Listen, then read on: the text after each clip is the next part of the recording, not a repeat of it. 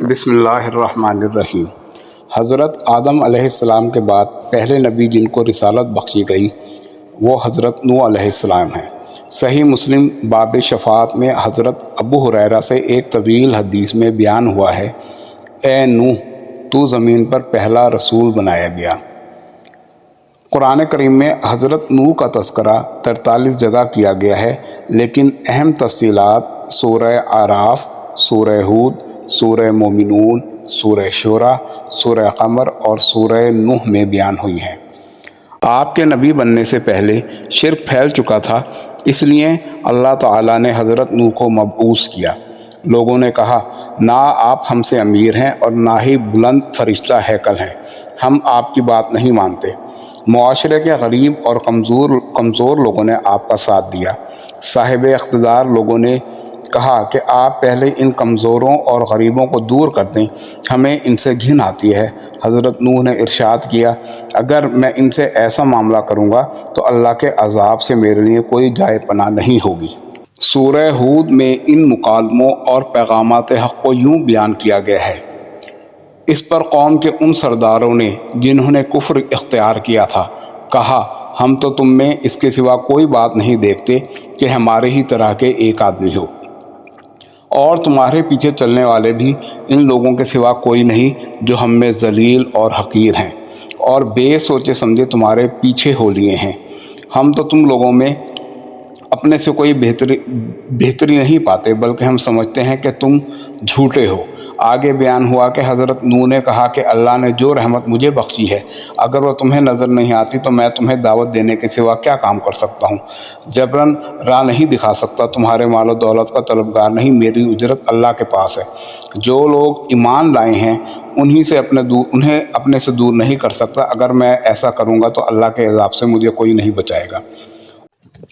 اور دیکھو، میں تم سے یہ نہیں کہتا کہ میرے پاس اللہ کے خزانے ہیں، اور نہ یہ کہتا ہوں کہ میں غیب کی باتیں جانتا ہوں، نہ میرا دعویٰ ہے کہ میں فرشتہ ہوں، اور نہ یہ کہتا ہوں کہ جن لوگوں کو تم حقارت کی نظر سے دیکھتے ہو اللہ انہیں بھلائی نہیں دے گا۔ اللہ ہی بہتر جانتا ہے جو ان کے دلوں میں ہے۔ اگر میں تمہاری خواہش پر چلا تو ظالموں سے ہو جاؤں گا۔ سورہ نوح میں اس واقعے کی تفصیل اس طرح بیان کی گئی ہے، مفہوم: ہم نے نوح کو ان کی قوم کی طرف بھیجا کہ اپنی قوم کو ڈرا اس سے پہلے کہ ان پر دردناک عذاب آ جائے۔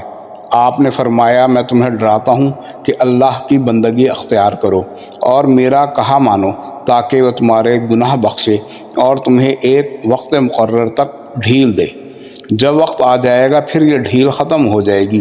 آپ نے اللہ سے کہا کہ میں انہیں رات اور دن بلاتا ہوں، لیکن میرے بلانے سے اور بھاگنے لگتے ہیں، اور جب میں انہیں تیری بخشش کی طرف بلایا تو اپنے کانوں میں انگلیاں ڈال کر اور سروں پر کپڑے لپیٹنے لگے اور ضد اور غرور کیا، اور انہوں نے کہا، ہرگز اپنے معبود ود، سوا، یغوث، یعوق اور یسر کو نہ چھوڑو۔ اور آخر میں ضد ہو کر کہنے لگے، اے نوح تو نے ہم سے جھگڑا کیا اور بہت جھگڑا کیا، اب اس کو ختم کر اور جو تو نے ہم سے عذاب الہی کا وعدہ کیا ہے وہ لے آ۔ نوح نے کہا، ضرور، اگر اللہ چاہے گا تو اس عذاب کو بھی لے آئے گا اور تم اس کو تھکا دینے والے نہیں ہو۔ طویل دعوت اور تبلیغ کا ان لوگوں پر کوئی اثر نہیں ہوا تو آپ سخت پریشان اور ملول ہوئے، جس پر اللہ تعالیٰ نے فرمایا، اور نوح پر وحی کی گئی کہ جو ایمان لے آئے وہ لے آئے، اب ان میں سے کوئی ایمان لانے والا نہیں، پس ان کی حرکات پر غم نہ کر۔ جب حضرت نوح علیہ السلام نے دیکھا کہ ان کی دعوت و تبلیغ میں کوئی کمی نہیں تو آپ نے اللہ تعالیٰ سے یہ دعا فرمائی، اے پروردگار، تو کافروں میں سے کسی کو بھی زمین پر باقی نہ چھوڑ، اگر تو نے ان کو یوں چھوڑا تو یہ تیرے بندوں کو بھی گمراہ کریں گے اور ان کی نسل بھی انہی کی طرح نافرمان پیدا ہوگی۔ اللہ تعالیٰ نے حضرت نوح علیہ السلام کی دعا قبول فرمائی اور حضرت نوح کو ہدایت فرمائی کہ وہ ایک کشتی تیار کریں تاکہ مومنین اس عذاب سے محفوظ رہیں جو نافرمانوں پر نازل ہونے والا ہے۔ حضرت نوح نے جب حکم ربی میں کشتی بنانی شروع کی تو کفار نے ہنسی اڑانا اور مذاق بنانا شروع کر دیا، اور جب کبھی ان کا ادھر سے گزر ہوتا تو کہتے کہ خوب جب ہم غرق ہونے لگیں گے تب تو اور تیرے پیرو اس کشتی میں محفوظ ہو کر نجات پا جائیں گے۔ کیسا احمقانہ خیال ہے۔ حضرت نوح علیہ السلام نے انہی کی طرز پر جواب دیتے اور اپنے کام میں مشغول رہتے، کیونکہ اللہ تعالیٰ نے پہلے ہی ان کو حقیقت حال سے آگاہ کر دیا تھا۔ اے نوح، تو ہماری حفاظت میں ہماری وحی کے مطابق سفینہ تیار کیے جا، اور اب مجھ سے ان کے متعلق کچھ نہ کہو، یہ بلا شبہ غرق ہونے والا۔ آخرکار کشتی بن کر تیار ہو گئی۔ اب خدا کے وعدے کا وقت قریب آیا اور حضرت نوح نے اس پہلی علامت کو دیکھا جس کا ذکر ان سے کیا گیا تھا، یعنی زمین کی تہہ میں سے پانی کا چشمہ ابلنا شروع ہو گیا۔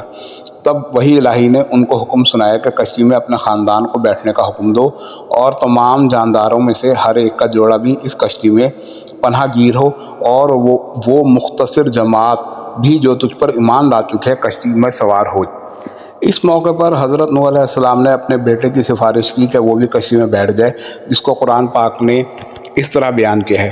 اور نوح نے اپنے رب کو پکارا اور کہا، اے پروردگار، میرا بیٹا میرے ہی اہل میں سے ہے، اور تیرا وعدہ سچا ہے، اور تو بہترین حاکموں میں سے ہے۔ اللہ تعالیٰ نے کہا، اے نوح، یہ تیرے اہل میں سے نہیں، یہ بد کردار ہے، پس تجھ کو ایسا سوال نہیں کرنا چاہیے جس کے بارے میں تجھ کو علم نہ ہو۔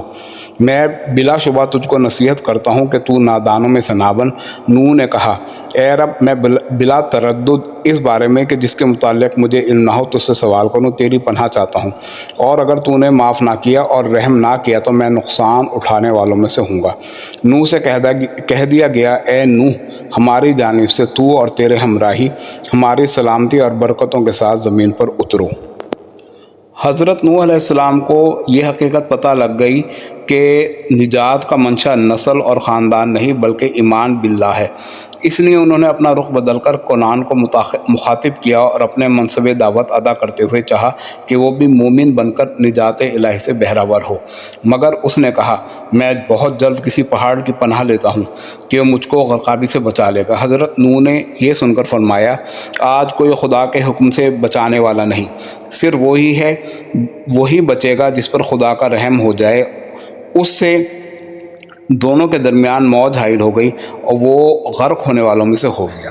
کشتی جودی پر جا ٹھہری اور اعلان کر دیا گیا کہ قوم ظالمین کے لیے ہلاکت ہے۔